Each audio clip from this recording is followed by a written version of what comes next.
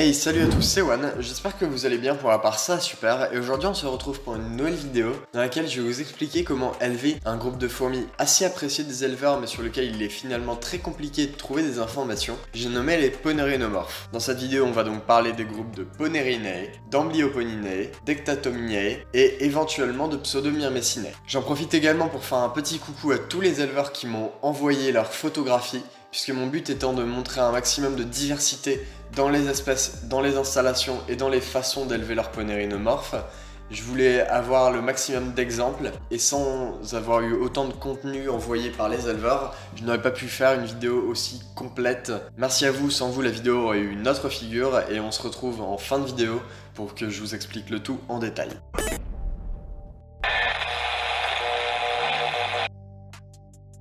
À présent, je vous propose de quitter nos somptueuses forêts européennes au profit des magnifiques forêts tropicales et équatoriales de l'hémisphère sud, car ce sont les berceaux de près de 70% des espèces de ponérines dans le monde, et accessoirement des espèces les plus colorées et des plus grandes.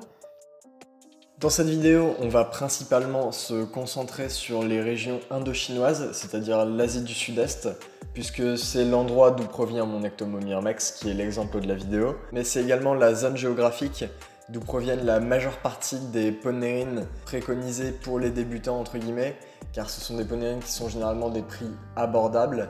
On a également la Guyane qui commence de plus en plus à monter, mais la région Asie du Sud-Est reste quand même une région très primée au niveau ponérine pour ses Odontomachus monticola, pour la Diacama rugosum, pour l'Arpegniatos venator, pour les Ectomomyrmex. Tous des noms que vous connaissez très bien puisque ce sont des espèces qui coûtent moins cher que des espèces australiennes, africaines ou guyanaises, et donc qui sont préconisées pour les débutants. Dans cette sous-partie, on va donc parler des biotopes de la Birmanie, de la Thaïlande, du Laos, du Vietnam, de la Malaisie, de Java, de Bornéo, des Philippines, de Taïwan, et également de Chine tropicale et du Macao. Les biotopes tropicaux dans leur globalité sont des biotopes très humides, et principalement les forêts tropicales asiatiques, d'Asie du Sud-Est. C'est d'ailleurs pour ça que dans ces forêts il y a des mangroves, des zones partiellement inondées, car justement ces biotopes sont tout le temps saturés d'humidité, et il va donc vous falloir une couche de drainage au fond de votre terrarium, qui sera une couche minérale composée de billes d'argile, de gravier, de sable ou de charbon pour certains. Certains utilisent du charbon. Et cela va permettre d'empêcher la stagnation de l'eau dans la terre au fond du bac. L'eau va stagner dans la couche minérale et donc ce sera une couche qui ne sera pas en contact avec les racines des plantes et ne sera pas non plus en contact avec les galeries des fourmis. Les fourmis ne vont pas aller creuser là-dedans. Cela va empêcher d'avoir des moisissures, des champignons, une mauvaise odeur et des bactéries dans votre terrarium. Et pour un biotope asiatique qui est très humide en continu et qui a souvent un sol trempé, il va falloir obligatoirement une couche de drainage et ne lésinez pas sur cette couche. Je parle ici de biotope asiatique car c'est la provenance de mon Ectomomyrmex qui est l'exemple de la vidéo et c'est également un exemple très significatif car en Asie, si vous ne mettez pas de drainage sur un biotope asiatique qui est complètement détrempé, vous allez avoir forcément des problèmes de champignons, de moisissures et de stagnation d'eau. Mais finalement, l'utilisation d'un drainage s'applique à mon sens pour tous les biotopes végétalisés non arides, de la plaine européenne en passant par la forêt malgache, par la montagne chinoise ou la forêt amazonienne ou même les forêts gabonaises, les forêts africaines. Tous les endroits qui comportent des plantes qui ne sont pas sèches et pas grasses, tous les endroits végétalisés qui ne sont pas arides sur la planète vont avoir fatalement à des moments des pluies plus ou moins importantes. Il va fatalement y avoir des stagnations d'eau si vous recréez les conditions du biotope dans votre terrarium. Donc à moins d'avoir des ponérines provenant de zones très sèches, ce qui est finalement assez rare, très peu de ponérines vivent dans des milieux arides, même s'il y en a, vous allez devoir utiliser un drainage. La majeure partie de votre substrat va être composée du complexe argilo-humique. Pour faire simple, de la terre. Pour former cet élément, n'allez pas forcément dans votre jardin creuser, mettre de la terre et remplir le pot. Ça n'a pas grand intérêt et c'est pas forcément très intelligent. Il va plutôt falloir former un sol adapté aux besoins de vos fourmis et adapté également au biotope de vos fourmis. Par exemple, un mélange qui a fait souvent ses preuves, c'est le mélange aux 3 éléments. Un élément minéral et 2 éléments organiques. L'élément minéral va être un élément assez fin qui, contrairement aux éléments minéraux qui composent votre drainage, ça peut par exemple être de l'excavator, du sable, de la lathrite. Il permettra finalement d'empêcher que vos galeries s'effondrent, les galeries des fourmis s'effondrent. Il permettra également d'apporter des éléments minéraux à vos plantes. Il apportera de la souplesse et de la rigidité à votre substrat. Et ensuite, vous pourrez utiliser deux éléments organiques. Généralement, on utilise un gros et un fin. Le gros élément organique que je vais utiliser pour ma part va être la tourbe de coco. Vous pouvez également utiliser des copeaux de bois en putréfaction, pas des copeaux de bois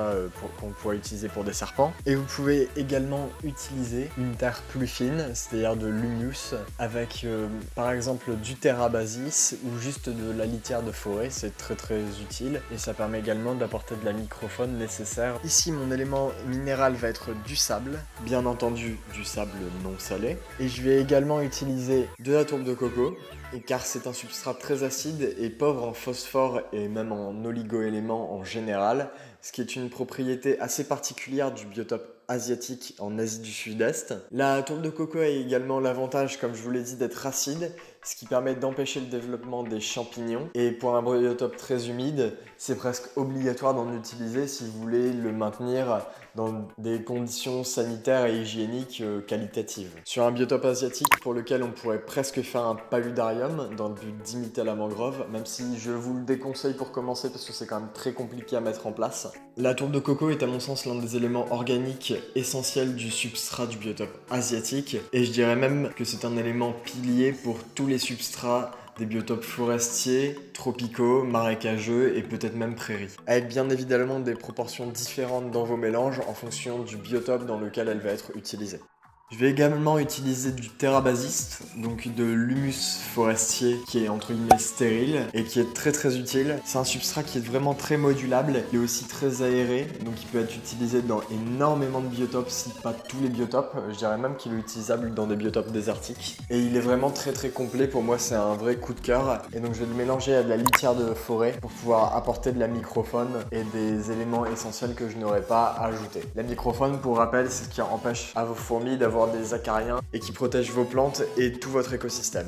Donc c'est très important d'en avoir, surtout en terrarium et surtout avec des ponérines. Petit disclaimer pour ceux qui souhaiteraient utiliser du terreau, donc même du terreau bio, n'en utilisez pas puisque généralement dans les terreaux il y a des engrais et des pesticides, donc c'est pas top pour votre terrarium. Et même en utilisant du terreau bio, finalement l'engrais ça va être du fumier et le fumier ça pue. Donc si vous voulez pas avoir un terrarium avec une odeur nauséabonde, je vous conseille de ne pas utiliser de terreau, de jardinerie et de préférer des substrats naturels. Pareil pour le substrat de litière de forêt, je vous conseillerais de ne pas aller le chercher trop bas en sous-bois. Essayez de trouver un endroit où il n'y a pas trop de passage, loin des voitures, pour essayer d'avoir un maximum de microfaune et très peu de pollution qui aurait pu impacter votre substrat. À titre d'indication, dans mon substrat, j'ai utilisé 150 g de sable, 350 g de tourbe de coco, 200 g de litière de forêt et 300 g de terrabasis. Après, je vais pas vous conseiller pour tous les biotopes. Il y a certains biotopes que je n'ai jamais réalisés, même si j'ai ma petite idée de mélange pour beaucoup de biotopes. Je ne vais pas m'étaler plus longtemps sur le substrat. Si vous avez des questions, n'hésitez pas à me les poser dans l'espace commentaire. Et donc n'hésitez pas non plus à lire des blogs Myrmecofourmis et à demander aux éleveurs aguerris qui ont élevé les espèces que vous souhaitez pour pouvoir connaître les mélanges qu'ils ont utilisés et voir s'ils ont réussi ou pas réussi avec. En général, les ponérines prêtent quand même assez attention du substrat. Après, tant qu'il y en a et que le substrat n'est pas trop friable et convient aux conditions physico-chimiques de votre biotope, normalement il n'y aura pas de problème. Pour rappel, le substrat c'est essentiel en myrmécologie pour des ponérinae et pour des amblyoponyinae, enfin pour toutes les ponérinomorphes, c'est essentiel car ça permet aux larves du couvain de s'agripper aux petites particules qui composent le substrat pour pouvoir tisser leur cocon.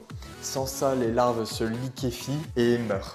Voilà, maintenant qu'on a le substrat, on peut passer aux plantes. Pour les plantes, il va falloir bien faire vos choix, même si c'est beaucoup plus facile que le substrat, la partie va être plus courte. Personnellement, je fais partie du groupe des personnes qui considèrent qu'il vaut mieux utiliser des plantes du même biotope que vos ponérines. C'est plus équilibré et c'est plus joli. Après, parfois, je fais des exceptions. Je pense par exemple aux Phytonia ou aux Calathea, que j'adore et qui viennent d'Amérique du Sud. Je les mets quand même pour des ponérines asiatiques parce que je trouve ça vraiment super joli. J'arrive pas trop à les remplacer. Ce sont des plantes qui sont vraiment très abordables, elles coûtent pas du tout cher. Avec un peu de chance, vous pouvez en trouver pour 2 € pour des Phytonia et 5 € pour des Calathea. Et elles apportent vraiment des touches de couleur qui sont pas forcément trouvables dans tous les biotopes. C'est pour ça que je les utilise sur n'importe quelle de mes réalisations.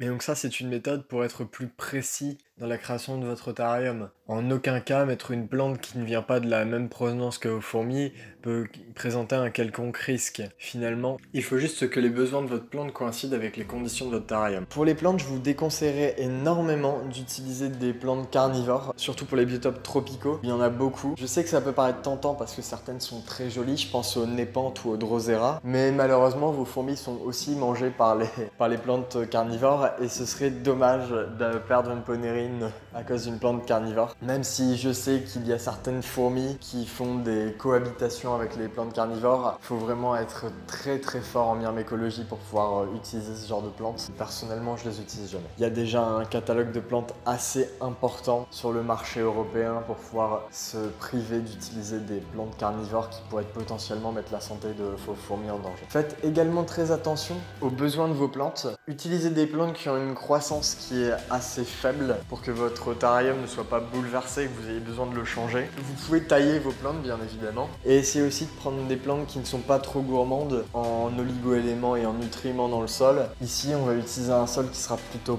pauvre puisqu'on finalement on va utiliser du substrat qui sera soit industriel soit de la litière et on va pas rajouter d'engrais par dessus. On va pas forcément convenir aux besoins de toutes les plantes. Après je sais qu'il y a également des engrais pour terrarium, je les ai jamais utilisés donc je pourrais pas vous dire si elles sont nocives pour les fourmis ou pas. Je ne pense pas qu'elles soient nocives, mais faites quelques recherches quand même avant de les utiliser. Ne mettez pas non plus un budget trop gargantuesque dans vos plantes, puisque déjà les ponérines sont fragiles. Certaines espèces peuvent facilement mourir pour une erreur bête, donc ce serait dommage d'avoir un terrarium avec des plantes super jolies et aucune fourmi dedans. Il y a également des ponérines qui peuvent s'attaquer aux plantes. Je pense aux Ectomomyrmex que j'ai choisi. De ce que certains éleveurs, gros big up à Olivier, m'ont expliqué, ils peuvent parfois s'attaquer aux plantes.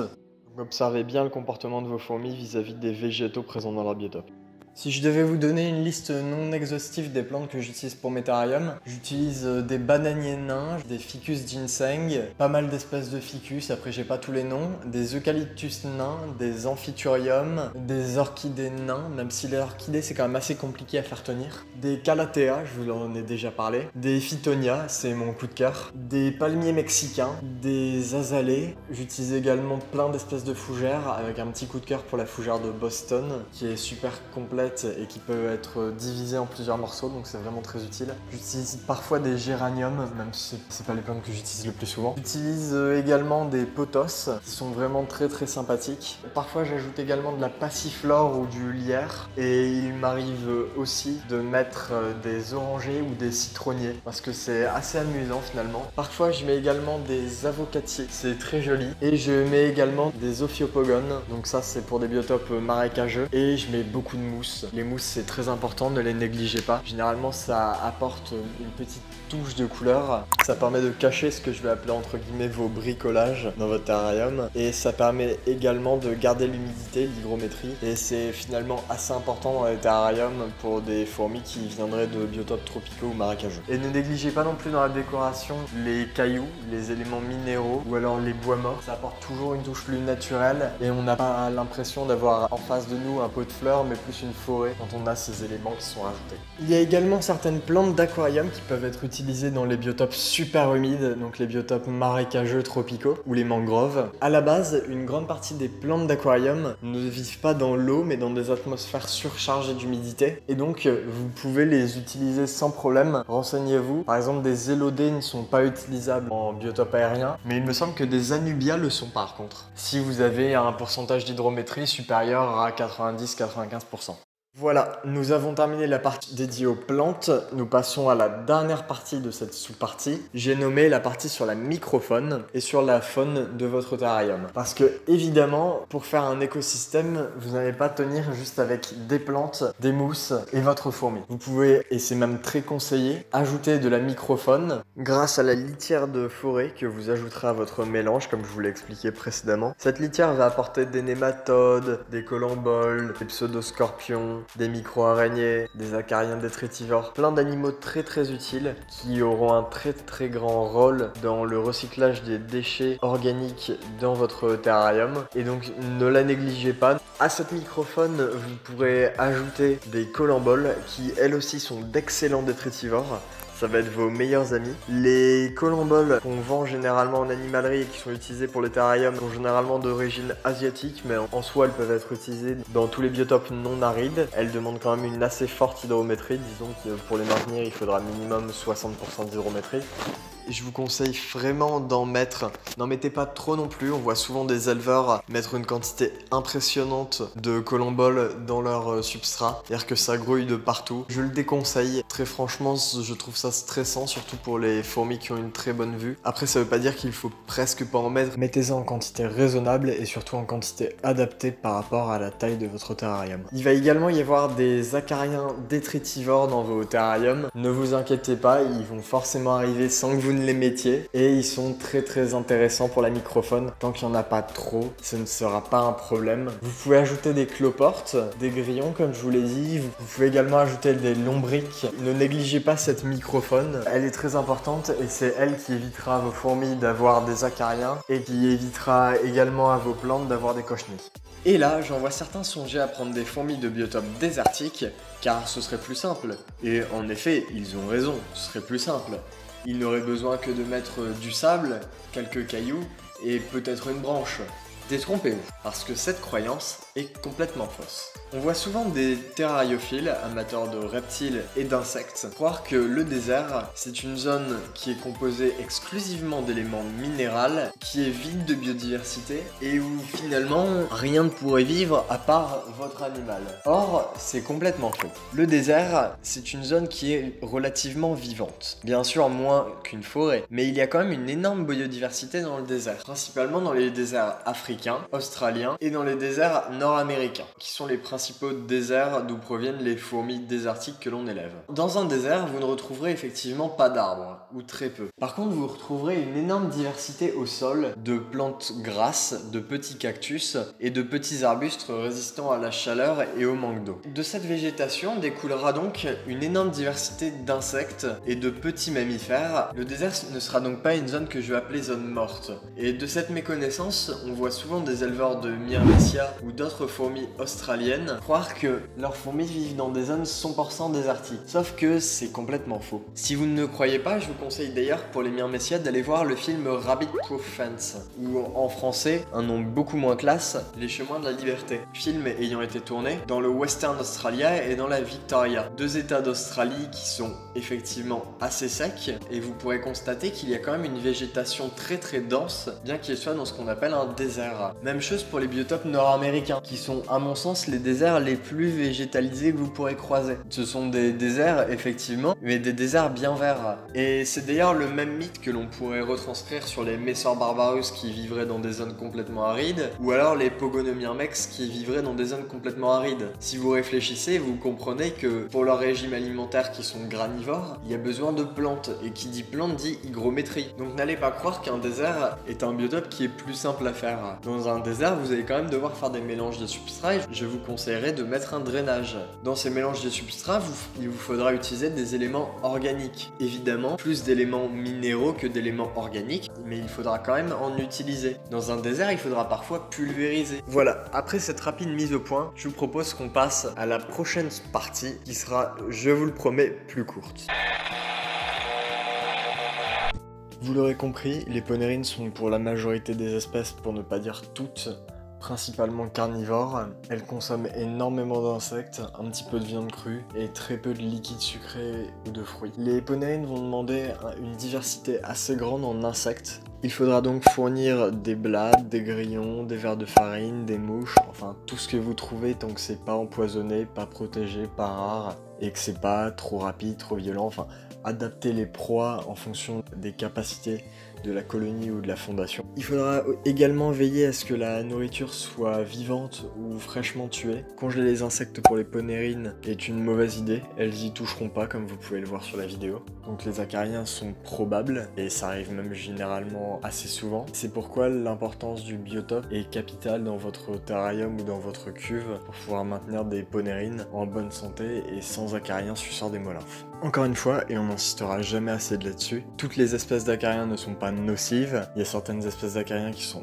bénéfiques, même la majorité, et vous aurez forcément des acariens dans vos terrariums, surtout des acariens détritivores, et donc ne cherchez pas à les éliminer, à créer des biotopes stériles, ça n'a aucun intérêt. Et ça mettrait même en péril la santé de vos colonies. Les ponérines sont des fourmis qui ont besoin d'énormément d'insectes, puisqu'elles ne sont pas capables de faire des réserves, elles n'ont pas de jabot social, et c'est logique vu le milieu dans lequel elles vivent. Elles ont une diversité d'insectes assez grande qui leur permet de s'appuyer sur la nourriture fraîche qu'il y a autour d'elles. Je vous conseillerais de donner des insectes tous les 3-4 jours pour les ginsols, tous les 2 jours pour les petites fondations et tous les jours pour les colonies. Vos ponérines et ponérinomorphes pourront également consommer occasionnellement des fruits et du liquide sucré. Pour les fruits, ça change pas des autres fourmis, ce sera du bio ou en tout cas du bien lavé. Faites en sorte de connaître les provenances. Tout comme pour les fruits, les éleveurs de ponérines ont un avis assez mitigé sur le liquide sucré. Certains en donnent très régulièrement, certains n'en donnent pas du tout et certains en donnent très occasionnellement. Personnellement, je vous conseillerais d'en proposer toujours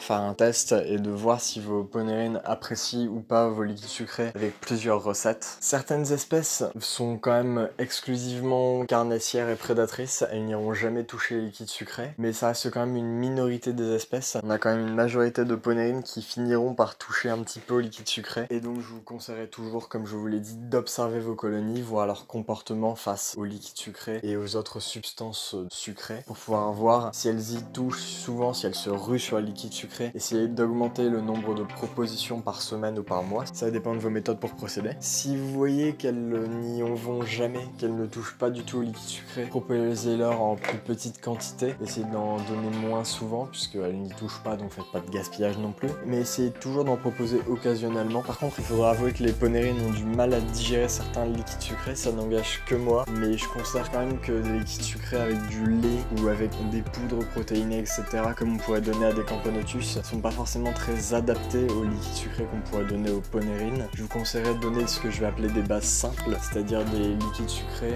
avec juste de l'eau, du miel, ou de l'eau, du sirop d'agave ou de l'eau, du sucre, mais essayez pas de faire des mélanges du style du miel, du lait, de la poudre protéinée, du pollen, etc. Ça n'a aucun intérêt et comme les ponérines ont des systèmes digestifs plus primitifs que les formicines, les myrmicines et toutes les autres fourmis dérivées, elles vont avoir plus de mal à digérer des liquides sucrés complexes parce qu'elles ont quand même un appareil digestif de carnassière, pas d'omnivore. Essayez aussi de pas donner d'édulcorants, ça je pense que c'est la base, mais on voit quand même beaucoup d'éleveurs de camponotus principalement ou de formica donner des sucres avec édulcorants et donc ça je vous le déconseille franchement. Donnez des sucres normaux et ne donnez pas de stevia ou d'édulcorants, mais ça n'engage que moi, c'est pas mon avis.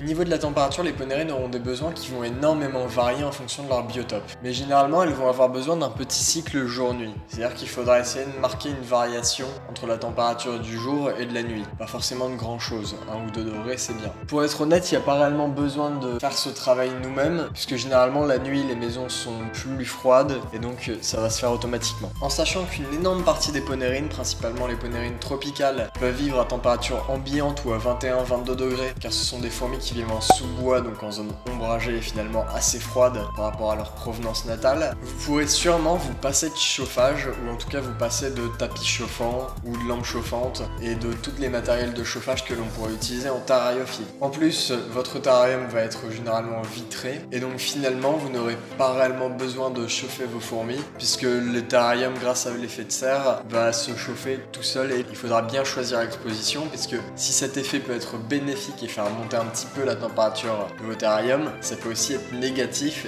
et la faire monter beaucoup trop. Donc choisissez bien l'endroit où vous placez votre terrarium. Bien évidemment, il y aura quand même quelques ponérines qui auront besoin d'un chauffage. Dans ces cas-là, n'investissez pas des 1000 et des cents dans des thermostats, etc. Moi, je vous conseillerais juste d'acheter un tapis chauffant en dessous de 10 watts, comme ça vous pourrez le brancher sans risque. Je vous conseille d'ailleurs de faire des pauses avec vos appareils de chauffage pour essayer d'augmenter leur durée de vie et de ne pas faire des surchauffes. Sur les fourmis, n'oubliez pas, il faut également une diapause pour toutes les espèces, bien évidemment plus ou moins marquées, et même pour les espèces qui viennent de l'équateur et des zones tropicales ou désertiques. Donc ne négligez pas la diapause, même si beaucoup de ponérines exotiques, comme elles sont tropicales en général, peuvent s'en passer. Les éleveurs au fil des années ont remarqué que les ponérines faisant des diaposes avaient des espérances de vie plus élevées que les ponérines n'en faisant pas.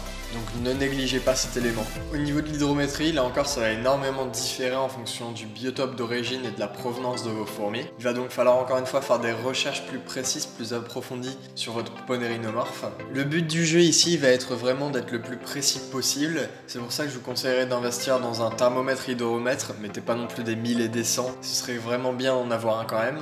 Vous allez donc brumiser avec un brumisateur ou pulvériser avec un pulvérisateur de l'eau, de préférence déminéralisée, pas minérale, puisque l'eau déminéralisée va empêcher d'avoir une couche calcaire comme on pourrait avoir avec de l'eau minérale sur les parois. Il faudra veiller à pas avoir une terre qui sera complètement détrompée. Il faudra brumiser, donc faire monter l'hydrométrie, pas créer une piscine, sauf dans certaines conditions pour des ponérines qui en auraient réellement besoin. Essayez également de pas faire des changements d'hydrométrie brutaux parce que ça pourrait impacter le couvain, surtout les larves qui seraient en train de tisser leur cocon ou alors les nymphes qui seraient contenues dans les cocons. Pour certaines ponérines, ça peut carrément aller jusqu'à la mort ou alors à créer des malformations. Je pense à certaines Odontomachus ou au Pachycondyla crasinoda. Si ce sujet vous intéresse, je vous conseille d'ailleurs d'aller voir le blog Pachycondyla crasinoda de Baptiste qui justement avait eu des problèmes d'hydrométrie avec sa fondation et avait vu des ouvrières naître avec des malformations puis mourir quelques jours après leur naissance. Quelque chose qui pourrait être bien, ce serait de diviser votre terrarium en 4 parties pour faire des parties humides, des parties sèches et des parties chaudes et des parties froides et ainsi pouvoir observer le comportement de vos ponérines et savoir qu'est-ce qu'elles préfèrent. Si vos ponérines vont par exemple creuser dans la zone qui serait chaude et très humide, alors vous pourriez vous dire qu'il faut peut-être éventuellement monter un petit peu la chaleur globale dans le terrarium et peut-être un petit peu plus brumiser.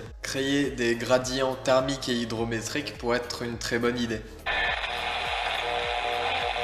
Je pense que vous en doutez, pour les ponérinomorphes, on oublie tous les habitats conventionnels qui pourraient servir à des formicines ou des myrmicines. Donc on oublie les nids en plâtre, les nids en BC, les nids en plexiglas, les tubes à essai et les nids en full vert. Je dirais d'ailleurs au passage que ce n'est pas parce que votre tube à essai coûte un prix conséquent et a un nom bizarre que votre ponérine pourra fonder dedans. Bien évidemment, certains de ces habitats pourront être réhabilités pour des ponérines, mais ici je vais essayer de vous enseigner la meilleure méthode. Bien qu'il y ait quand même des exceptions comme Diacama, Neoponera, Arpegnathos, Tetraponera, qui elles marchent très bien sur surface lisse. Les ponérinomorphes restent des fourmis qui ont d'énormes difficultés à marcher sur le verre, le plexiglas et tout autre type de surface lisse. Généralement elles glissent et elles n'arrivent pas vraiment à se déplacer ou alors très lentement. Elles ont également d'énormes difficultés à garder leur calme dans un tube. C'est pas du tout fait pour elles, elles stressent énormément quand elles y sont. Pour rappel, pour vos fourmis, il faudra un habitat avec du substrat et un habitat qui tient l'humidité. Donc le substrat pour que les larves tissent leur cocon et l'humidité pour le bien-être de vos fourmis tout simplement. Ici rien de mieux qu'un terrarium en verre, une cuve en verre. Généralement on n'utilise même pas des terrariums mais plutôt des aquariums puisque les aquariums ont l'avantage d'avoir des parois lisses et généralement ils n'ont pas d'espace de gré d'aération comme on pourrait trouver sur des terrariums ou des portières et donc les fourmis ne peuvent pas s'y échapper. C'est plus joli pour des fourmis d'utiliser un aquarium qu'un terrarium. Donc vous utiliserez cette cuve en verre avec dedans de la terre et vos fourmis qui creusent dedans. Pour certaines ponérines qui ne stressent pas trop, il est également possible de mettre un nid en béton cellulaire avec du substrat dedans pour que les larves puissent tisser et le planter dans votre terrarium, ça fonctionne aussi. Ou alors vous pouvez également mettre un tube avec de la terre dedans et le planter dans votre terrarium également. Et même certains utilisent une technique que je vais utiliser ici pour cette fondation, qui est en fait la technique de mettre paroi en verre juste au-dessus de galeries que vous auriez pré-creusées, ou alors vous pouvez également utiliser une paroi en plexiglas qui serait bien lavée et cela permet d'avoir une visibilité sur les galeries. Veillez quand même à ne pas trop abuser de cette possibilité de voir vos fourmis. Généralement en faisant ça, on peut avoir tendance à regarder plus souvent nos fourmis et ça va les faire stresser. Elles vont manger leur couvain et puis derrière elles vont pas se développer puis mourir. Donc c'est pas forcément une bonne idée. Surtout si vous êtes un éleveur qui est toujours très impatient. Après, il existe également une multitude de nids plus spécifiques destinés à une ou plusieurs espèces de ponérinomorphes. Je pense par exemple au Petri Dish Nest, composé d'une boîte de pétri avec de la coco, pour des espèces comme certaines Odontomachus, Leptogenis, et bien évidemment pour les Amblyoponinae, comme Memistrium, au Bamboo Nest, qui eux sont composés d'une plaque de plexiglas posée sur une tige de roseau creuse ou sur une tige de bambou, comme son nom l'indique, qui elles sont vraiment destinées aux Pseudomyrmex, aux nids complètement en bois, qui peuvent être utilisés pour certaines Tetraponera, ou encore aux nids creusés un petit peu comme des grottes de très grande taille, qui peuvent abriter des espèces comme Paraponera en cohabitation avec Gigantiops, qui elle n'est pas une ponérine mais une formicine. Voilà, pour la cuve, je choisis une Nikea God Morgan, donc une boîte vraiment pas chère. J'ai choisi la taille moyenne, donc les packs sont à 10 €. Elles sont vraiment très utiles pour faire des terrariums et beaucoup d'éleveurs les utilisent, même pas forcément que pour les fourmis. Ensuite, j'ajoute le drainage puis le substrat. Mon drainage, c'est du Manado, donc pour l'aquariophilie, et mon substrat, donc comme je vous l'ai dit, c'est sable, terra basis, coco et terre de forêt. Je tente ensuite de créer une petite grotte, donc une sorte de galerie pour que la fourmi puisse aller y vivre, et sur lequel je vais poser une plaque de plexiglas dans mon cas, pour justement pouvoir observer la fourmi sans trop la stresser. J'ajoute ensuite une mousse par-dessus pour que la lumière ne passe pas, puis j'ajoute le décor. Vous noterez que je m'humidifie assez souvent pour justement bien fixer le substrat et pour essayer de tout de suite faire monter un petit peu l'hygrométrie. En plante, j'ai choisi un Phytonia et une autre plante asiatique dont je ne connais absolument pas le nom. Le Phytonia, ça vient de Colombie d'ailleurs, mais bref.